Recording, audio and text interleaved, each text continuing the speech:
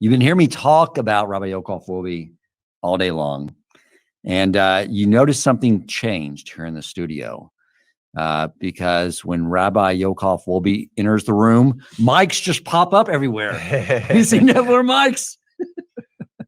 Yeah, that's there's a term for it where you have redundancy. You have to have redundancy because if you're going to record something, you want to make sure that you actually record it and it works, and you have to have multiple microphones because you never know which microphone's going to fail. Right. You know, there's that saying, if a tree falls in the woods and no one's there to listen to it, did it make any noise? Mm-hmm. And I think you're saying is, if you say something and you're not recording it for a podcast, did you really say anything? That's why I'm quiet the whole Shabbos.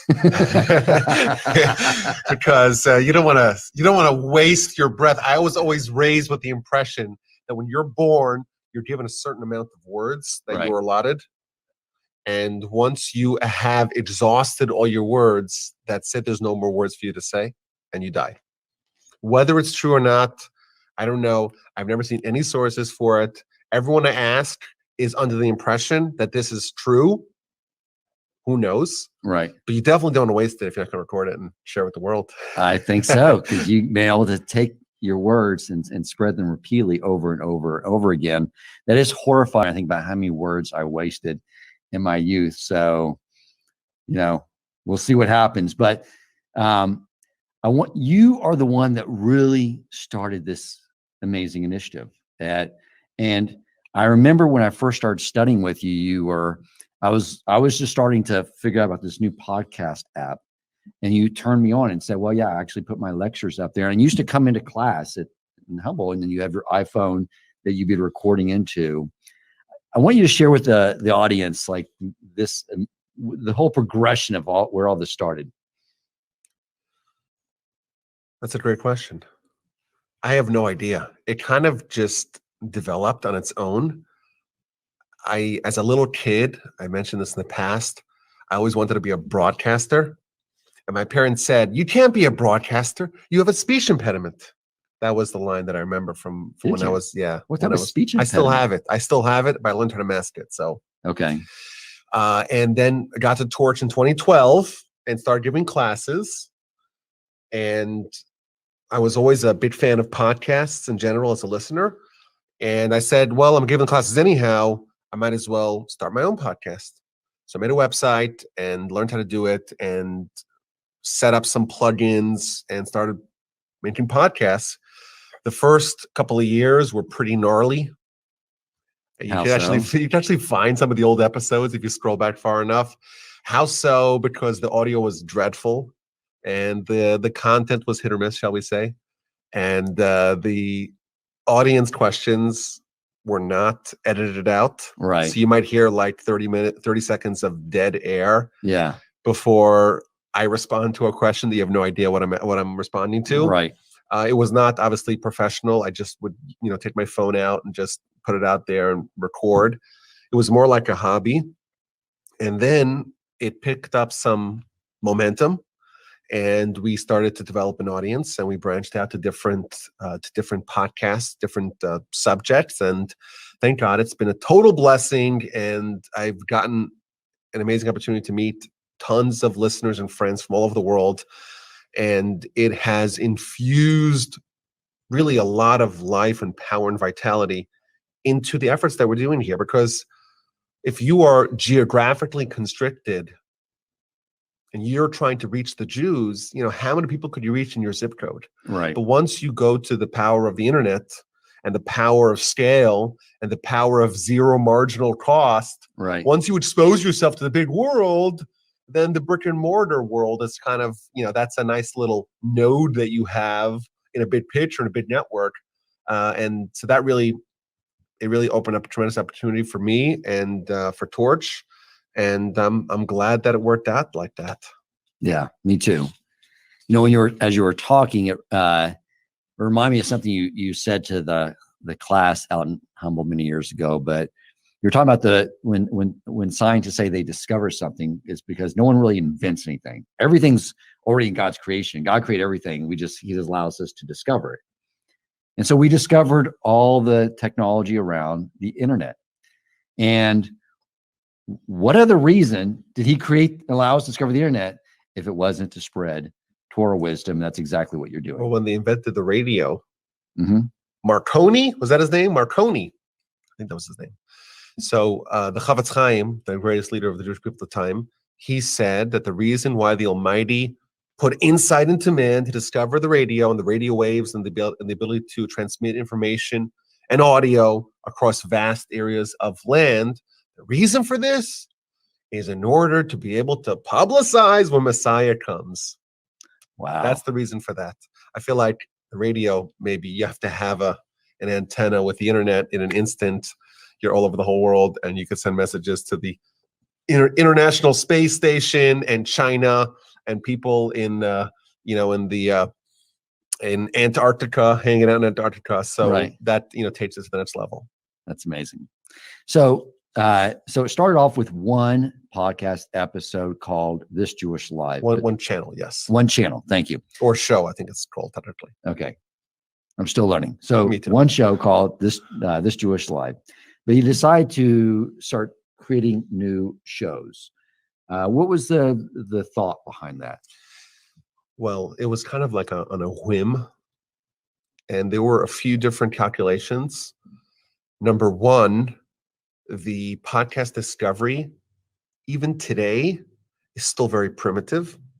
The way people find new podcasts, there really isn't the Google, shall we say, for audio. Right. You can say, hey, show me the good ones. Right. There's no keywords that you could use that, so basically what you have is the image, the cover art, and the title, and the acreage, the real estate on the directory on iTunes. Mm-hmm. So I said, hey, if I have one channel, I put all the stuff on the one channel. What if I have two channels? I just doubled my footprint Right. on iTunes. Moreover, I doubled the amount of keywords that I have in my title, because if people are searching for Jewish, they may find Jewish Life.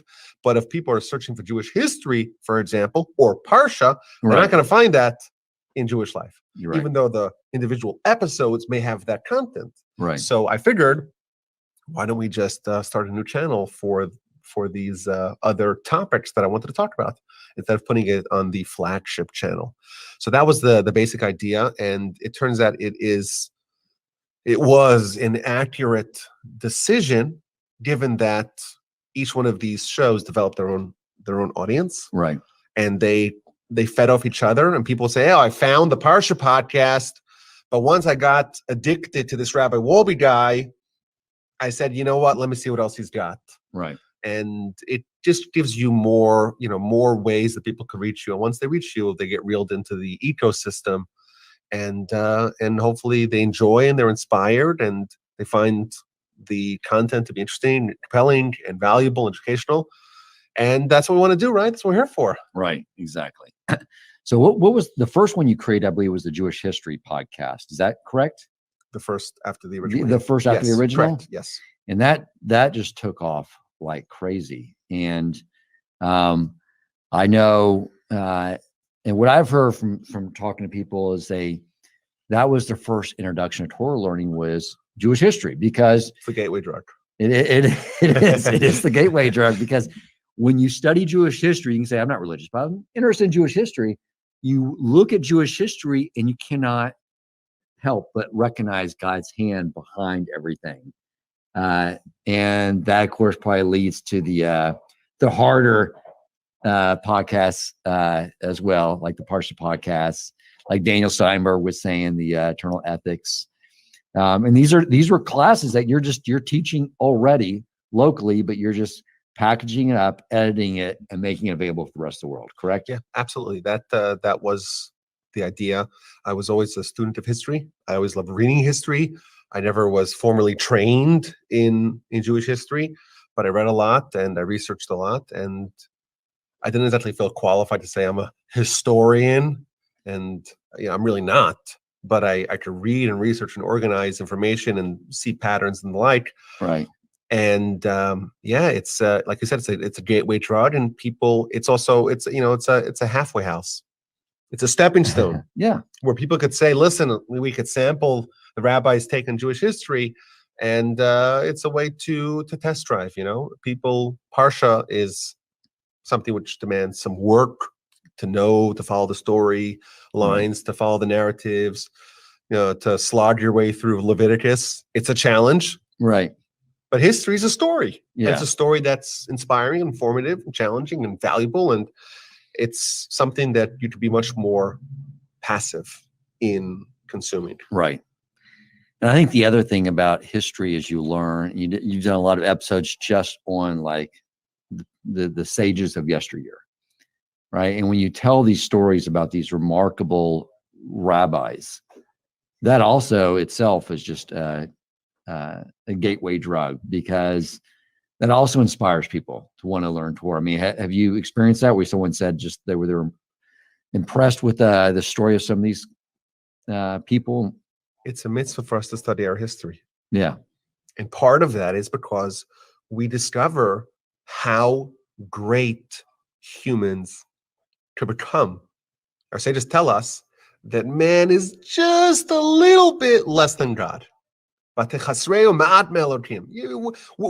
great, and we're just, we're one hair shy of God, which is a very provocative statement, the Midrash. Yeah. Right? I never heard that. What that means is that we have soul within us that dwarfs the holiest of angels. And that's within us. Yeah. The problem is that we also have physicality. Right. That's worse than the animals. And that's the fusion of man that makes us such an intriguing and vexing and problematic species. But when you see people that become like angels, and you see that when you read about the people of our history, they become like angels, you discover what it means to be a human and what opportunities and greatness is latent within each and every one of us. So I do agree 100%. Yeah, it's very inspiring. Of course, it's also interesting. I think history is very valuable. A lot of people say that, history is the past and, it's not coming back. But history is the testing grounds of ideas. And a lot of people come up with new ideas and they don't realize it's been tried, 10, 15, 20, 80 times in our history. Right. And when you have a sense of what worked in the past and what trends, so to speak, our history has had, I think it is very valuable and guides you in how to make choices today. Yeah, absolutely. Do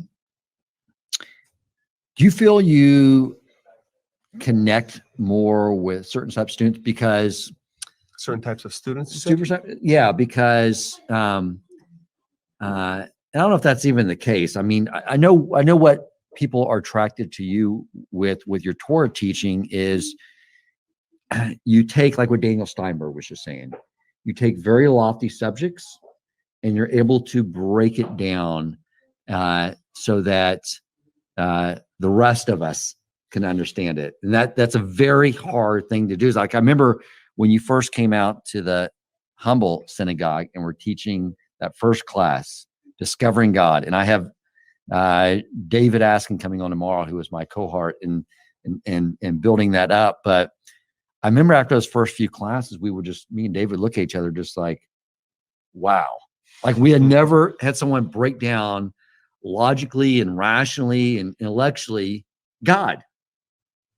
And I remember when that I think it was a 6 episode series, when everyone was just like so blown away. The class grew because me and Dave were like, you have to come in here, guys. You got to check this out.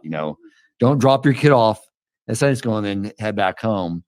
And when it was over, I asked everyone, like, do you want to keep this going? And they were like, yeah. It's like, so you want to have Rabbi Wolbe? It's like, yeah. It's like, how long would you like to do another 5-part series or 6-part series? Like, yeah, no, just keep doing it. Remember that? And we only broke on Yom Tov. I mean, that whole time, still going today, except now online. But it's been, that's the amazing impact that you've had on everyone. Well, that's very kind of you to say that. I wish my wife was watching so she could appreciate it. Maybe my parents also. We'll send out the recording. But to your original point, in yeshiva, we were always trained that if you can explain it in a way that someone else of average intelligence can understand, Yeah. that means that there's something that you are not understanding. And I think that maybe some of my own, I would say, struggles with understanding things train me to try to break things down to digestible, understandable parts to be able to explain that. Right. Maybe, I don't know. That's a theory. That makes sense. It makes sense. Absolutely. You're right. If you can't explain it, you really probably just don't know it yourself. I think that that makes total sense. I think also, when you're forced to teach it, it forces you to learn it really well. Yeah. If I have people like you asking tough questions, lobbing grenades at me, I got to make sure I know I'll be ready to answer. And David Aston, especially him. Yeah, for sure. I think he doesn't allow you to get by with any sort of nonsense. Right. You can't slip that past him. And the students, I have many of them coming on later today, that you have beyond the podcast, your one-on-one studying though too is you have almost like a little online mini yeshiva for guys that were you're training them with Talmud. Yes, that's true. Yeah, which is amazing. And I've sat on some of those classes, and your students are extremely bright. It seems like there's just this attraction there, and so you're still. I mean, and today, you were doing one-on-one studying with people. So I know your calendar is totally packed because either you're doing a podcast, doing a class, recording, editing it, teaching one-on-one. I mean, so you're constantly learning people one-on-one as well. So I know it's something also that's been very important to you, correct? Well, that's what I'm here for, right? Yeah. That's why I get paid the big bucks, right? I guess so. Big and definitely big mitzvah bucks. Well, yeah. So, well, the theory behind the Talmud class is that most, maybe all, Jews who want to study Talmud can do it, but many are lacking just some basic skills that we were trained since we're little kids. Yeah. We were fortunate enough to be in yeshiva, so we've been trained, but other people have the same desire, same interest, just lack the skills. Right. So if we could just, plug in that gap, we're going to discover that people who really have little background in Talmud could pick it up really quickly. Right. That was the theory. And it's been a while, and I think the theory has been vindicated. Absolutely. Anything else, Rabbi, that you would like to share with the world as we are reaching out to the world right now and saying, support this organization? Well, I want to share with the world, first of all, how much I appreciate the fact that I get to do this. The fact that I get to spread Torah and Jewish wisdom and Jewish heritage. That's, of course, we have people the team who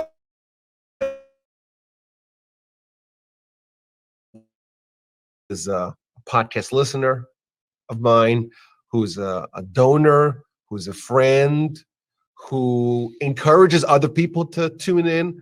I've had many people tell me that they listen and they like it and they share whatever they know. They are the ambassadors of the podcast and of the great work of Torch. So thank you for your support. Thank you for your friendship, and keep up the great work. And thank you for inviting me here to speak in the vaunted studio here at the Torch Center. Thank you, Rabbi. It's we're told that not only we're supposed to be learning Torah, but we're supposed to teach Torah, and it doesn't really mean that we have to teach a class.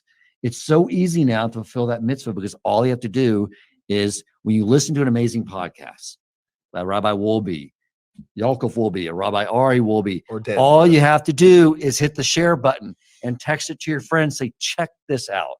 That's all you have to do. And that's how we can all be engaged at continuing to spread Torah throughout the world. Well, I would say one more thing. Yeah. We believe, and we freely admit this, so you have the evidence. Save the tape that our work is a partnership between the rabbis and the team at Torch and the donors. Yeah. So you say the way to teach Torah is by sharing. The way to teach Torah is by supporting, by materially and financially supporting givetorch.org. That's how you get to my page. Givetorch.com is how you get to everyone else's page. Okay. But of course, the viewers here know to go to givetorch.org. But with you supporting us, Yeah. that's the only way that we can do what we do. And therefore, you are a full partner in our efforts. And you too are teaching Torah to the masses. I totally agree. I can't tell you. I mean, seriously, being a donor of Torch for so long, it's just to think all the people you're impacting. Like it's like I'm buying shares in all their mitzvot and all their Torah learning. And it's like, to me, it's the best investment in town because of the bang for your buck. Since Bitcoin, I think it's Bitcoin at 10 cents. Well, Bitcoin's going to, crater. This mitzvah is going to keep going higher and higher and higher because there's intrinsic value. It just keeps growing. And on that note, Torch accepts Bitcoin. Yeah, that's and right. I know I haven't mentioned yet, besides going to givetorch.org or .com, we are also set up to, as people have realized such appreciation in their stocks, that they may want to make their donation a donation of stock and therefore not sell it, incur the capital gain. You can donate your stock directly to Torch, not pay the capital gains tax, and still have that your taxable deduction through that means. So if you want to just actually donate some appreciated stock, also reach out to us. You can reach out to me directly, president@torchweb.org, and I'll give you the instructions on how you can do that as well. So please keep that in mind. So what do we have? We have cash, credit card, check, Bitcoin stock. Now. What about if you want to donate your car? How does that work? That is an option as well. Something we have to bring on your brother too. What about scrap metal? I don't think we do scrap metal yet. Well, we do now. Just come dump it in front of the Torch Center, and we'll happily take it. Yeah, we take Venmo and PayPal and precious gems, and even not precious gems. Drop off your rocks, your silt, your asphalt. I don't know. I don't want to come here tomorrow and whatever see it is, asphalt, everything rocks in the front. Baseball cards. If you can find whatever a market, it is, whatever support Torch with your heart and with your earballs. Listen to the podcast, and you take care. We love you all, and God bless. Thank you so much, Rabbi. Appreciate you so much. Ooh.